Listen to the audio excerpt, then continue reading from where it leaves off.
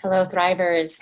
Today I'm talking about how narcissistic mothers or fathers, but mainly in this video, I'm talking about how narcissistic mothers teach their sons self-empowerment shedding or self-power shedding.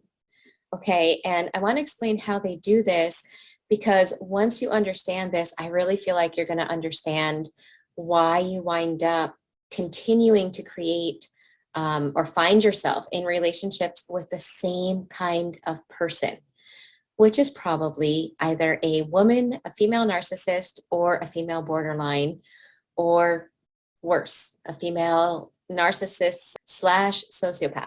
Okay, so if you find yourself in these relationships where women are just super disrespectful to you, where they don't respect your boundaries, where you're treated as if you are beneath and worthless, and it just seems like you're attracting women that are constantly trying to hurt and break you, then you're going to want to watch this video.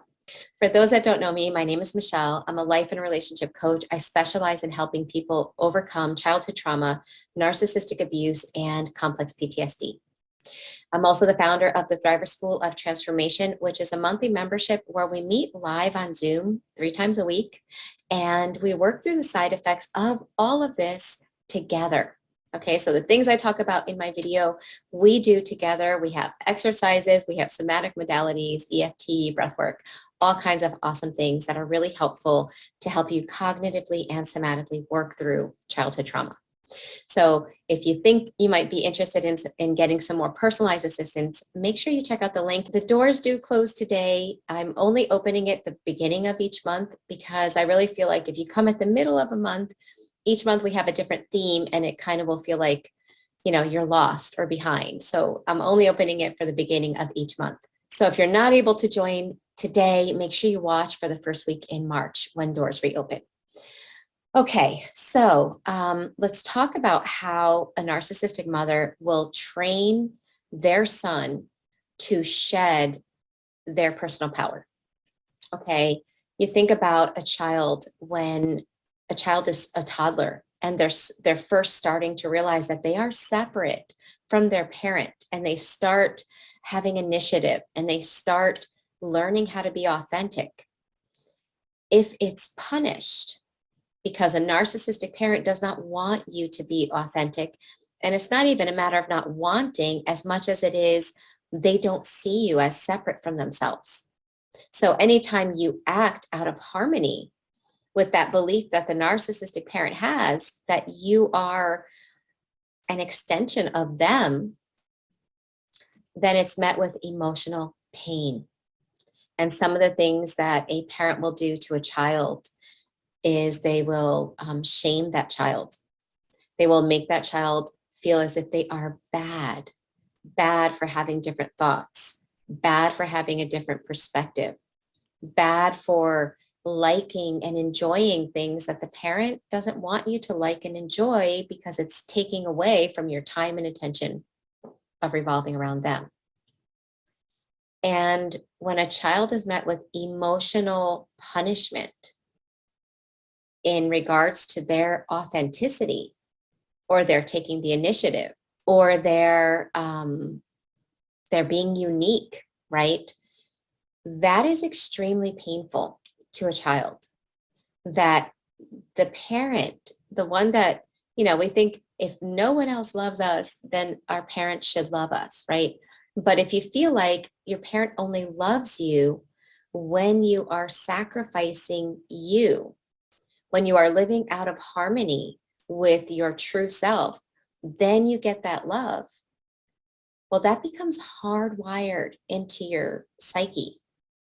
You begin to think that love is about self-abandonment and that they go together. And sometimes to kind of normalize that or to minimize the pain of what that really is, some people will view that as, no, you know, I just like to give. I just like to be there for other people. You know, it's who I am. I enjoy, you know, showing up for other people. I enjoy giving. I enjoy sacrificing for people. Now, that's a beautiful quality, but everything out of moderation is bad for you, right? I can love sweet potatoes. Sweet potatoes are very good for me.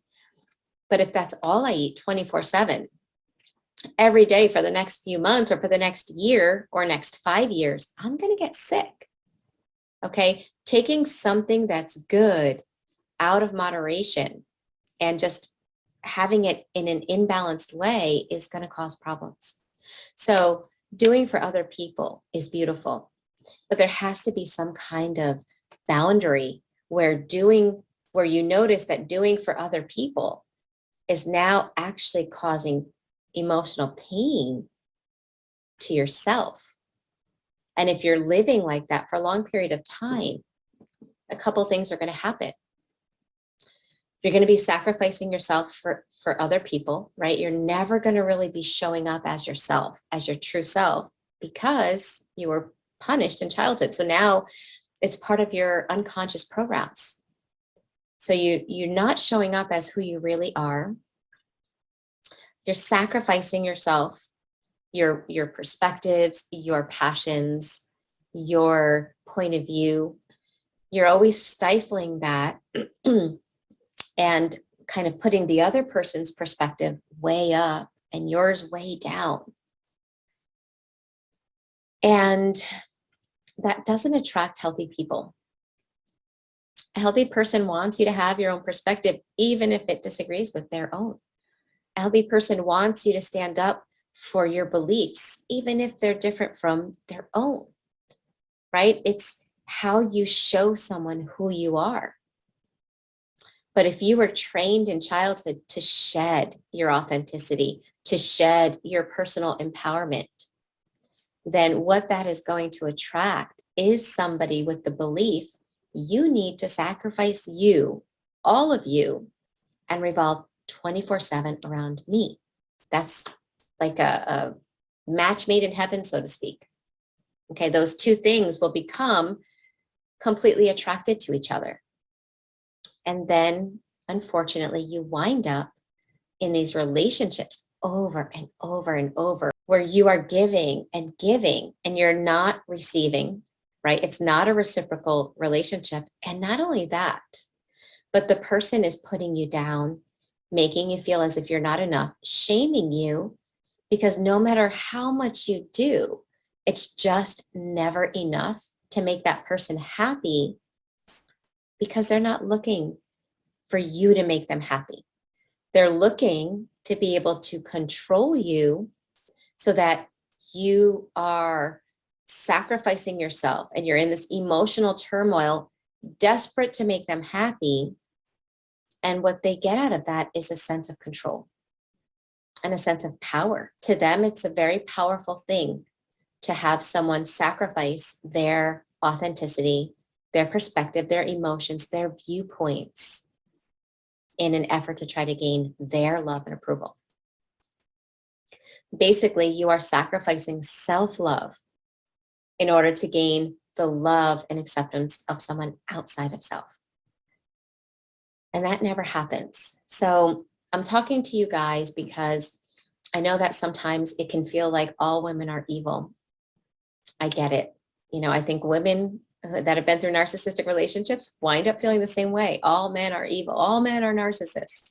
While men can find themselves thinking the same thing. All women are narcissists. Well, if we continue to live life through the template that was given to us in childhood, in essence, without realizing it and without wanting to, we are attracting back to us and being attracted to circumstances that keep those, or that template, those subconscious beliefs alive. So the way that you break out of toxic relationships, the way that you stop attracting the same kind of woman, the same kind of friends, the same kind of people into your life, really starts with looking at the template that was given to you, or the subconscious programs that were given to you. For example, in this case, we're looking at self-power shedding. So ask yourself, Was I allowed to have my own viewpoints in childhood? Was it safe for me to express my feelings? Was it safe for me to have a different perspective than my caregiver? Was I allowed to kind of be my own person? Did I feel safe being my own person? If all of those answers are no, then if you don't work through the coping skills that you developed in childhood to deal with that kind of trauma, because that's what that was traumatic, to have to sacrifice self so that someone else didn't punish you emotionally. And what happens is we develop all these coping skills and we live life through those coping skills. One being that we don't allow ourselves to be authentic. Another being we fall into people pleasing. All of these are coping skills that were developed to handle that original trauma, but they wind up showing up in our adult relationships and causing us to recreate those same dynamics. Okay, so if you are ready to look inside to find what your specific strategies were in childhood and overcome them so that you can update your subconscious beliefs, if you're ready to stop living life through your coping skills and you want to live as you really are, I encourage you to check out the Thriver School of Transformation, because that's what we do. It's not an overnight fix. When you're working through subconscious programs, our subconscious, unlike our conscious mind can watch a video like this and learn. But that doesn't mean our subconscious jumps on board. Our subconscious is a habit mind, and it learns through the everyday little things that we do consistently. So it needs consistency, and that's why the school is so helpful. Because we meet regularly, we're working through these things in a consistent way so that you can experience lasting change. So if you find that the videos aren't enough and you keep learning and learning and learning and yet feeling like you stay stuck, make sure you check out the School of Transformation.